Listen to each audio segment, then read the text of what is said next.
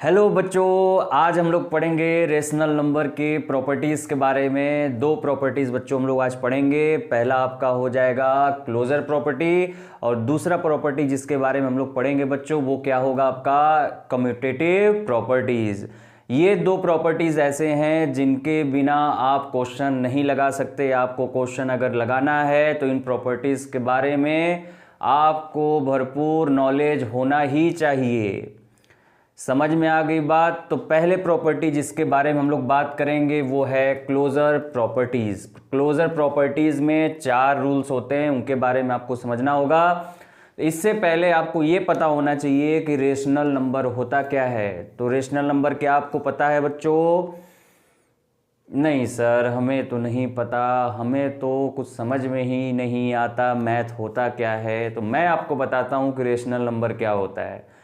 ऐसे नंबर जिसको p by Q के फॉर्म में रिप्रेजेंट किया जा सके, फ्रैक्शन के फॉर्म में रिप्रेजेंट किया जा सके, लेकिन ध्यान ये देना है कि q या फ्रैक्शन का डिनोमिनेटर कभी भी 0 नहीं हो सकता। और p और q मतलब न्यूमरेटर और डिनोमिनेटर दोनों आपके क्या होने चाहिए बच्चों? आपके इंटीजर्स होने चाहिए। समझ में आ गई बात? तो पहले प्रॉपर्टी जो है इसमें क्लोजर प्रॉपर्टी में क्या कहता है बच्चों कि अगर कोई दो रेशनल नंबर हैं a और b, अगर उन दोनों रेशनल नंबर को हम लोग ऐड करेंगे तो जो आंसर आएगा वो रेशनल नंबर ही होगा कि नहीं होगा?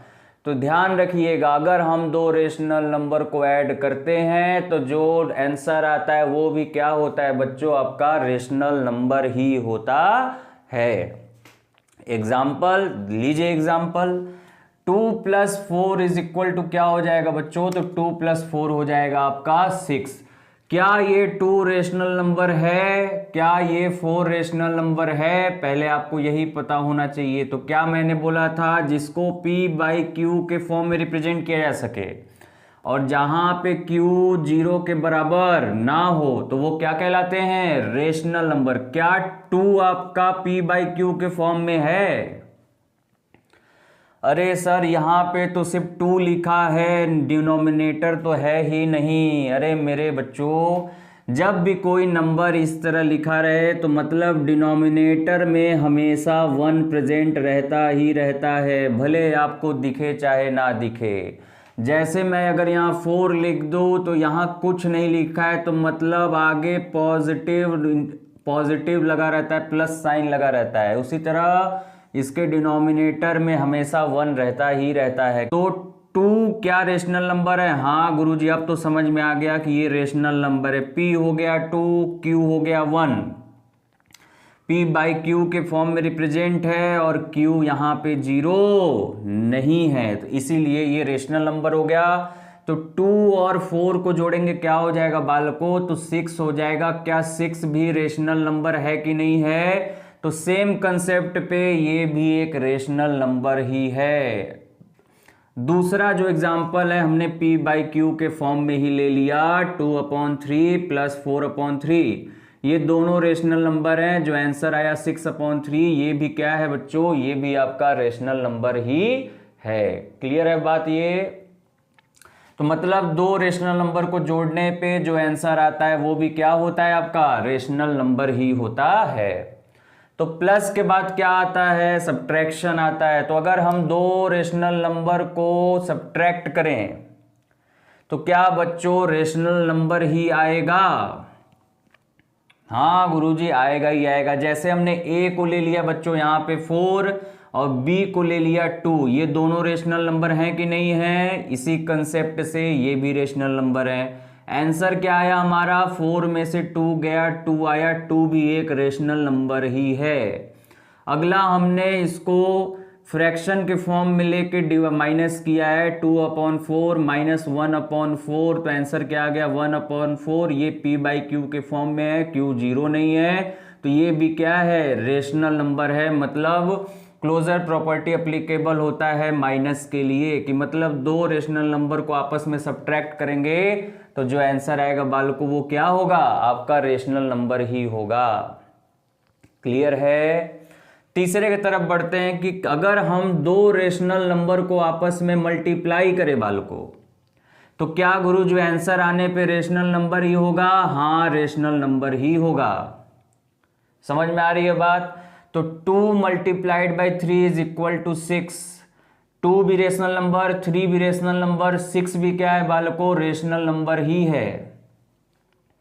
ये 2 और 3 ये सब नेचुरल नंबर्स भी तो हैं, सारे के सारे नेचुरल नंबर्स आपके रेशनल नंबर ही होते हैं, सारे के सारे होल नंबर्स आपके रेशनल नंबर ही होते हैं, सारे के सारे इंटीजर्स आपके रेशनल नंबर ही होते हैं। तो यहाँ पे 2 3 का मल्टीप्लाई किए 6, ये भी रेशनल नंबर है। तो मतलब दो यहाँ पे देख ले, फ्रैक्शन के फॉर्म में भी मल्टीप्लाई करेंगे तो जो फ्रैक्शन आंसर आएगा वो भी क्या रहेगा? रेशनल नंबर ही रहेगा। 2/4 multiplied by 1/4 is equal to 2/16। Numerator का न्यूमरेटर से मल्टीप्लाई कर दिए, डिनोमिनेटर का डिनोमिनेटर से, तो आंसर आ गया 2/16। ये भी क्या है? रेशनल नंबर ही है। तो हमको ये समझ में आ गया कि दो रेशनल नंबर का मल्टीप्लाई करने पे जो आंसर आता है बच्चों, वो आंसर भी क्या होता है आपका? रेशनल नंबर ही होता है। क्लियर है? हाँ, मजा आ रहा है कि नहीं आ रहा है आप लोग को? चलिए अगला देखते हैं। तो अगला क्या आ गया? डिवीजन आ गया कि अगर मैं किसी एक रेशनल नंबर को दूसरे रेशनल नंबर से डिवाइड कर दूं तो क्या रेशनल नंबर आएगा? हाँ बालकों, आता है, लेकिन एक केस छोड़ के। क्या? अगर डिनोमिनेटर 0 हो गया, या जिससे हम किसी नंबर को डिवाइड कर रहे हैं, तो जिस नंबर से डिवाइड कर रहे हैं अगर वो 0 हो गया, तो जो आंसर आएगा वो रेशनल नंबर नहीं होगा। क्यों ऐसा हो गया? क्योंकि अगर हम इसको जैसे a को ले लिए 2, b को ले लिए 0, तो अगर हम यहाँ पे 2/0 लिख देंगे तो रेशनल नंबर के डिफिनीशन में क्या पड़े? p/q के फॉर्म में होना चाहिए, p/q के फॉर्म में है, लेकिन क्या 0 नहीं होना चाहिए? q 0 नहीं होना चाहिए। तो यहाँ पे देखो bq 0 हो गया, और जब 0 हो जाएगा तो इसे हम लोग रेशनल नंबर नहीं मानेंगे। तो क्या सभी नंबर्स को आपस में डिवाइड करने पे, दो नंबर्स को डिवाइड करने में रेशनल नंबर मिलेगा? नहीं मिलेगा। क्या 0 को छोड़ने के बाद डिवाइड करने पे रेशनल नंबर मिलेगा? हाँ, अगर डिनोमिनेटर में 0 नहीं हुआ तो अगर हम डिवाइड करेंगे, इमेजिनरी नंबर नहीं हुआ, डिवाइड करेंगे तो आपको रेशनल नंबर ही मिलेगा। लेकिन आप लोग को ध्यान रखना है, किसी दो नंबर को आपस में डिवाइड करने पे रेशनल नंबर नहीं मिलता है। ये आपके सारे के सारे बालकों हो गए क्लोजर प्रॉपर्टी। समझ में आया बबुआ लोग? हाँ, समझ में आया कि नहीं आया? आई होप आप लोग को समझ में आ गया होगा। अब मिलेंगे अगले वीडियो में। Okay, bye bye, take care.